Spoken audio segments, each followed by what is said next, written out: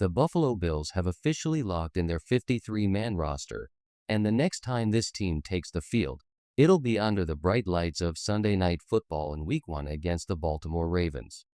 The long wait is over, and now we finally get to see how this roster is built heading into what could be one of the most important seasons in franchise history. Let's start with the heart of it all, the quarterback position.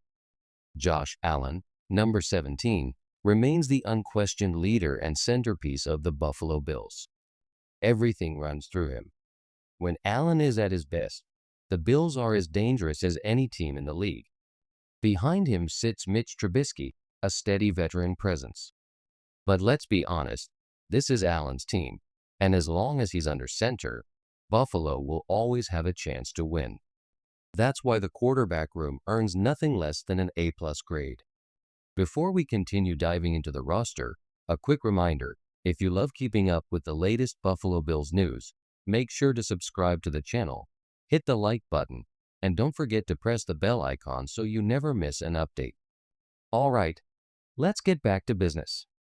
Moving on to the backfield, the running backs are led by James Cook, fresh off his extension and back-to-back 1,000-yard seasons. He's already shown he can be the engine on the ground, but now expectations rise even higher after a 16-touchdown performance last season. Behind him, Ray Davis brings power and toughness between the tackles, while Ty Johnson adds speed and versatility as a receiving option out of the backfield. And don't overlook Reggie Gilliam, who continues to make his mark on special teams and can step in as a fullback when the Bills want to get physical in the run game. Overall, the running back group gets a strong A grade. Cook is the key, and while he hasn't quite reached the elite tier of NFL running backs, his steady production and explosive upside keep this room among the most reliable on the roster. James Cook has proven he belongs in the conversation with the league's top backs. But let's be clear, he isn't built like Derrick Henry, he doesn't have the highlight reel flash of Christian McCaffrey, and he's not Saquon Barkley or Bijan Robinson. Still, Cook has carved out his own place. He's in that second tier of dangerous backs, and his production speaks for itself. 16 rushing touchdowns last season, over 1,000 yards, plus contributions as a receiver out of the backfield. That kind of balance makes him a critical piece of this Bills offense. But here's where the concern sets in. Can he do it again? Cook had a monster 2024, and matching those numbers won't be easy. On top of that, a limited offseason program has left questions about his conditioning heading into the year. Buffalo needs him sharp because outside of Josh Allen, Cook is clearly the second most important weapon on this roster. Now let's turn to the wide receivers, a group that has generated plenty of debate. On paper, this isn't the flashiest unit in the league, but it has potential. Joshua Palmer arrives as a steady presence who may surprise fans who haven't paid much attention to his game. Khalil Shakir is coming off a solid season, just under 800 yards, but the Bills believe his reliability and versatility will pay off even more in 2025. Then there's Keon Coleman, the young wideout everyone is buzzing about. Teammates say his development has been night and day from last year, and if he takes the expected leap, he could quickly change how this group is viewed. For now, the receivers earn a C grade. They aren't among the league's elite, but the potential is there. And if Coleman delivers on the hype, that grade could climb in a hurry. Ultimately, the Bills' passing attack will rise or fall depending on how much of a difference Keon Coleman can make in his second season. If the Bills want their passing attack to reach another level, someone beyond Khalil Shakir will need to push toward that 1,000-yard mark. The most likely candidate? Keon Coleman. Everything about his second year jump points to a breakout, and he looks primed to become a legitimate threat on the outside. But don't overlook Joshua Palmer. His years with the Chargers didn't exactly allow him to shine. Los Angeles never had one of the league's highest volume passing offenses, and Palmer often got lost in the shuffle. In Buffalo, that changes. With Josh Allen looking for new reliable options, Palmer has the chance to make a huge impact. Signed on a reasonable deal, he could end up being one of the best value additions of the offseason. Don't be surprised if Palmer finishes as the Bills' leading receiver by year's end. From there, we move to the tight end room, a group that carries plenty of intrigue, but also unanswered questions. Dalton Kincaid, the former first-round pick, hasn't quite lived up to expectations yet. The talent is obvious, and the flashes are there, but injuries and inconsistency have slowed his progress. This season, Buffalo needs him to take that next step and become the dynamic weapon they envisioned when they drafted him. Alongside him is Dawson Knox, now a veteran presence and one of Josh Allen's most trusted security blankets. While he's no longer the top tight end option, his chemistry with Allen remains invaluable. Behind them, rookie Jackson brings size and blocking strength, the kind of player who thrives in heavy formations and can act as an extra lineman when needed. Right now, the tight end group earns a C+ grade. There's upside, especially if Kincaid can stay healthy and elevate his game. But until that leap happens, this unit remains more solid than spectacular. When you look at the Buffalo Bills roster, one unit stands out as one of the true strengths of this team: the offensive line. This group has quietly developed into one of the most dependable in the league, and their consistency is a big reason why Josh Allen continues to thrive year after year. On the edges, Deion Dawkins and Spencer Brown form one of the better tackle duos in football. Both have Pro Bowl talent, and when they're locked in, Allen's blindside and frontside protection are as secure as any quarterback could ask for. Inside, the Bills are just as steady. David Edwards and Osiris Torrance give Buffalo a powerful guard tandem, while Connor McGovern holds things down at center with poise and intelligence. Depth has also become a quiet strength here. Ryan Van DeMark has proven himself as a capable swing tackle. Alec Anderson offers reliability as a versatile backup, and rookie Chase Lund flashed potential in the preseason. The team continues to monitor the recovery of Cedric Van Pran-Granger, who could eventually develop into the center of the future once McGovern's time is up.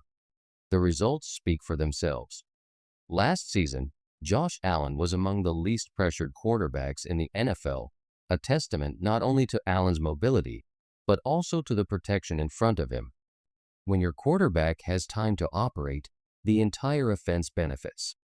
That's why this unit earns a rock-solid A grade. With the offensive foundation firmly in place, the spotlight now shifts to the other side of the ball. The question becomes, can the defense match that same level of consistency and keep Buffalo in contention? Now let's turn to the defensive line, a group that could very well define Buffalo's success this season. At the front of it all is Greg Rousseau, fresh off a major extension and expected to take on an even larger role as both a leader and playmaker. Alongside him, Ed Oliver remains the steady anchor on the interior, with his disruptive ability giving the Bills a reliable presence up the middle.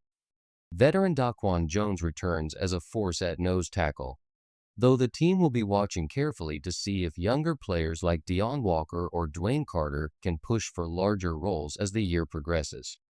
Rookie TJ Sanders, drafted in the second round, adds intriguing depth behind Oliver and could find his way into meaningful snaps.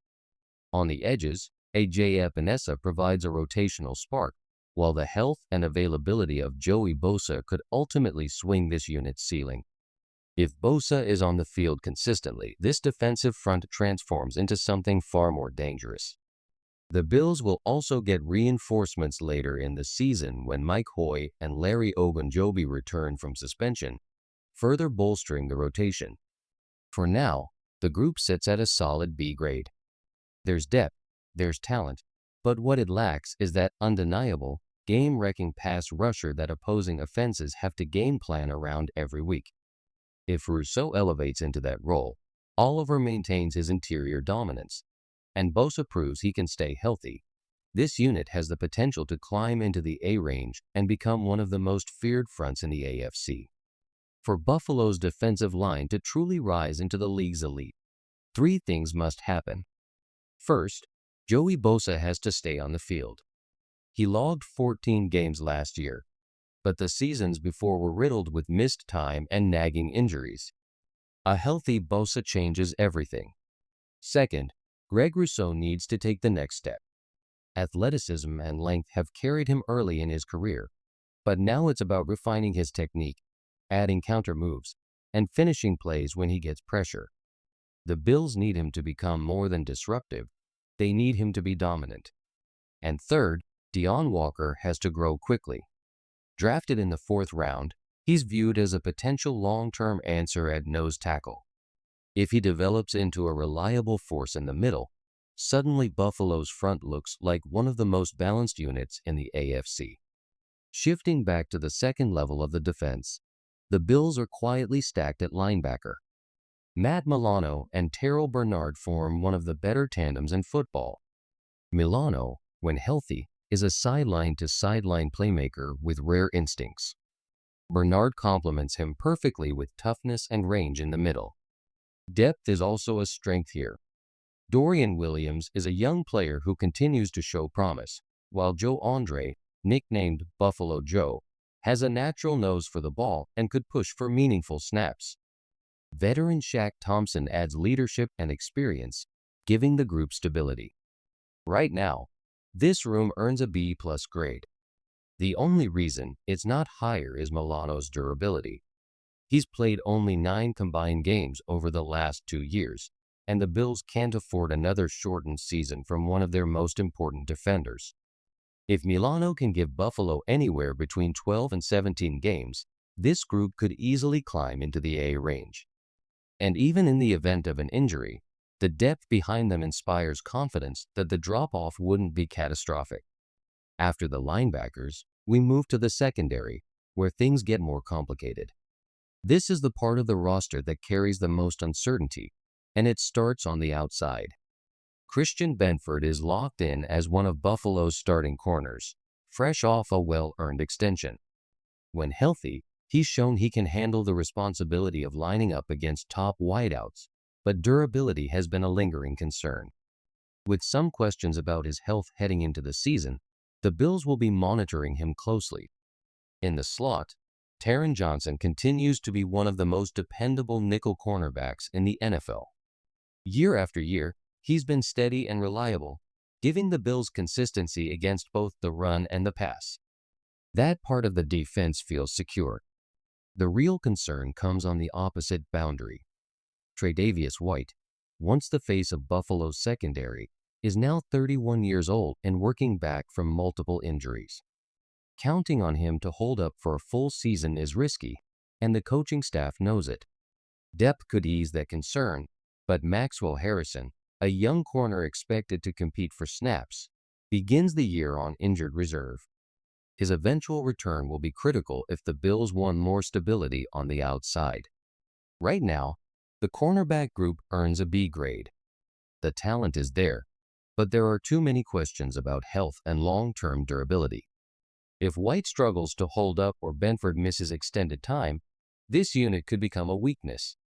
On the other hand, if Benford stays on the field and Harrison returns ready to contribute, Buffalo's secondary has the pieces to stay competitive against the AFC's top passing attacks.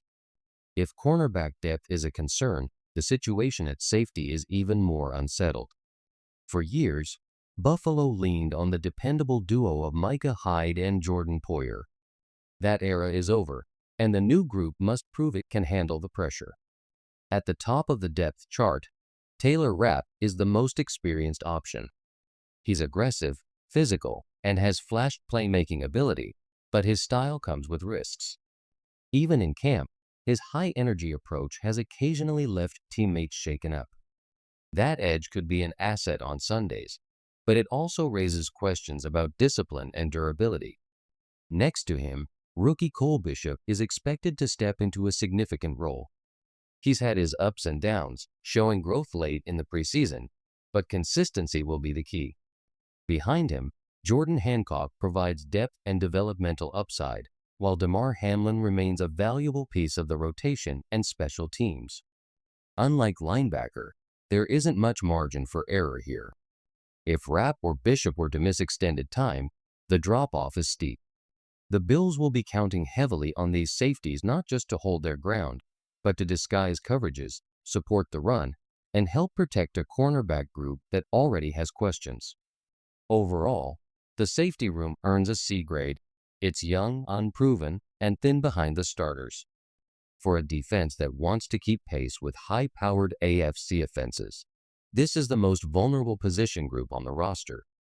When you step back and look at the roster as a whole, the Buffalo Bills enter the 2025 season with strength in many areas but uncertainty in others. The front seven has the potential to be one of the most reliable groups in the AFC, with a deep defensive line rotation and a linebacker core that can hold steady if health cooperates. Offensively, Josh Allen continues to elevate everything around him, and his presence alone keeps Buffalo in the conversation with the league's best. The real concern lies in the secondary. Cornerback depth is shaky, and the safety group is the thinnest it has been in years. In a conference loaded with elite quarterbacks and explosive passing games, that weakness could become a defining storyline if injuries strike. Taking all of it into account, the Bills' overall roster grade comes in at a B+. This is a team talented enough to compete with anyone in the league and push deep into the postseason, but it lacks the defensive dominance that once made Buffalo a perennial top 5 unit. If the back end of the defense holds together, the Bills will be dangerous. If not, they may need to rely heavily on Allen and the offense to carry them through. Either way, Buffalo heads into 2025 with one of the stronger rosters of the Josh Allen era, balanced, competitive, and built for another run at the AFC crown.